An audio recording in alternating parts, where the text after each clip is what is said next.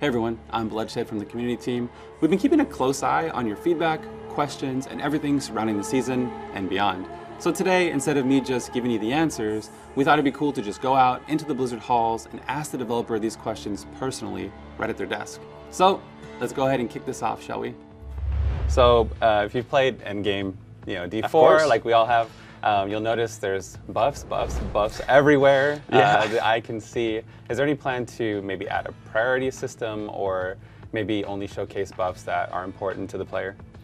Yeah, the buff UI on the buff bar is definitely a pain point, I think, in our gameplay loop. On the class design side, when we're looking to make new effects that might have this kind of trigger, we will also look to add some kind of other visual element. I think Banished Lord's Talisman is a unique item that's a pretty good example of that. It has this glow and sound effect on your character whenever it's triggered and it's ready to let you know that it's available. We're definitely going to be looking into doing more things like that, as well as updates to the buff bar, just to really make sure that you have all the information you need as a player. So we had the Armory come out. Everybody loves the Armory. Yeah. But could we get everything to switch over, like transmogs, gems, things like that? That's absolutely something we're looking at. The version of the Armory that we released was definitely the first draft of that. And we absolutely wanted to add all of these features, but we really just wanted to make sure that we got that function out as soon as possible. And so over time, we're going to be adding in those abilities to save the gem slots and save the transmogs. That's absolutely something we're looking at making. In towns like the Tree of Whispers, the mini-map, there's just so many icons. Yeah. It's kind of hard to navigate sometimes. Yeah, I've noticed that too, especially with the Tree of Whispers, like you said. We updated that in the season, added those new crafters and NPCs in there, and it's kind of cluttered. I totally agree, and that's something I can definitely talk with the UI and the UX team to find ways to improve that, because I agree it's definitely not ideal given the current state. So some builds are great, some builds are not so great. What's the deal? Yeah. What's the deal, Charles? Diablo IV is a big game, man. Yeah. There's so many things going on, right? You got all kinds of legendaries, and you got skills, and you got classes, you got Paragon. There's just naturally going to be some outliers sometimes. Some things are going to be strong, some are going to be weak. We're working really hard to make sure that it's the best possible, but it's a hard job. Yeah, sometimes you have like one random key passive that you're like, oh, that's a multiplier. Yeah, and we want to add in brand new stuff every season that's flashy and exciting, and sometimes that misses the mark. Sometimes we're so excited about making this thing cool, we tune up the numbers just a little too high. Class balance is always a hot topic for the community. Could you maybe shed any insight on what you're looking to do, what the team's looking to do to improve on that? Definitely. Necromancer Bloodwave, incredibly fun to use, very visual. It changes up the way the gameplay feels, it targets differently, it looks different. But I think one area that it kind of falls short is on the player journey side. You pick up those new unique pants, right? Yeah. And you are just destroying everything. It's just such like a massive amount of power all on one item. Yeah. So we want to focus more on each build feeling like there are multiple puzzle pieces you have to collect, which is much more satisfying as you move into the late game. You get more of a journey where I've done this, now I can accomplish this thing. Yeah. Exactly. I have a little fun thing. Do you want to play a word association game? Sure, why not? Yeah. Barriers. Barriers. What is it associated with? Anger, frustration. Game design is messy, and we are always experimenting with new things, and we put a lot of barrier in this season. Like, we love certain things about the barriers, but we're going to bring them back, and they're going to be a little bit more tuned, a little bit refined. Yeah, a little more refined. Yeah. All right, serious question. Okay. The Obol vendor, what the hell?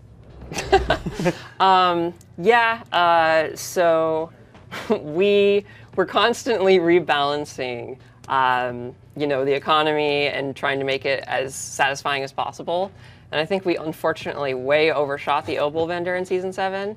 We want to make sure that the Obol vendor is something that feels really good to engage with. And we also want to make sure that whenever you do end up going and dumping all of your Obols into the Gambler, that you walk away with, feeling satisfied. And we want to make sure that the Gambler's coffers are overflowing with wondrous items once again. Maybe we'll go into a little spicy question. How about a loot filter?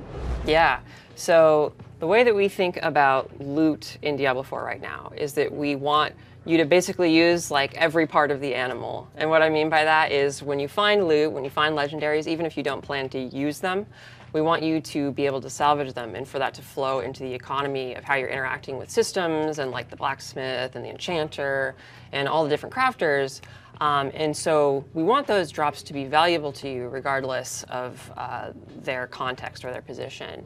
And we won't ever say never to a loot filter wholesale, and that's something that we want to hear people's feedback from the community on all the time, and I think that's really important. But right now, that's kind of how we're thinking about it. So another thing players have asked is more ways to control their gameplay. Profane mind cages are really popular, and players are wondering if there's a way that they can incorporate that in these activities. Yeah, so part of Progression 2.0 was to kind of incorporate that into the core gameplay experience where like you could pick a higher tournament difficulty, which made everything harder, but you got better rewards for that.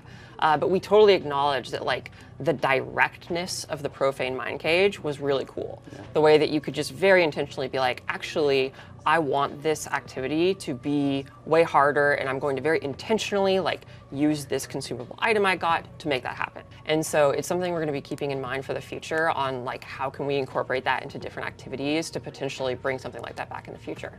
It seems like people don't want the seasonal mechanics to disappear. They'd like to keep them incorporated in different ways. Like one suggestion I saw was in Nightmare Dungeons. Like maybe you can have like a rare chance for a root hold to spawn or something like that. So that'd be cool. That would be really cool. I love that idea, for one. But that's one of my favorite things about seasonal development. We do get that kind of feedback where it's like, oh, root holds are awesome. And I do want them to stick around. We're going to continuously be developing seasons with bringing back content in mind. And that kind of applies across the whole game. Like when an activity lands and people are like, this is sick, we don't want to limit ourselves from like ever seeing that again. So yeah, it's not impossible the root holds could come back. It's not impossible that any future seasonal activities come back either. That's all for today.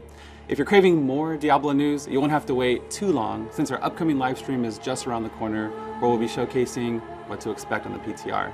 Shout out to the community for asking these questions and big shout out to the developers for letting me crash their space a bit. But that's all for today. We'll see you in Sanctuary.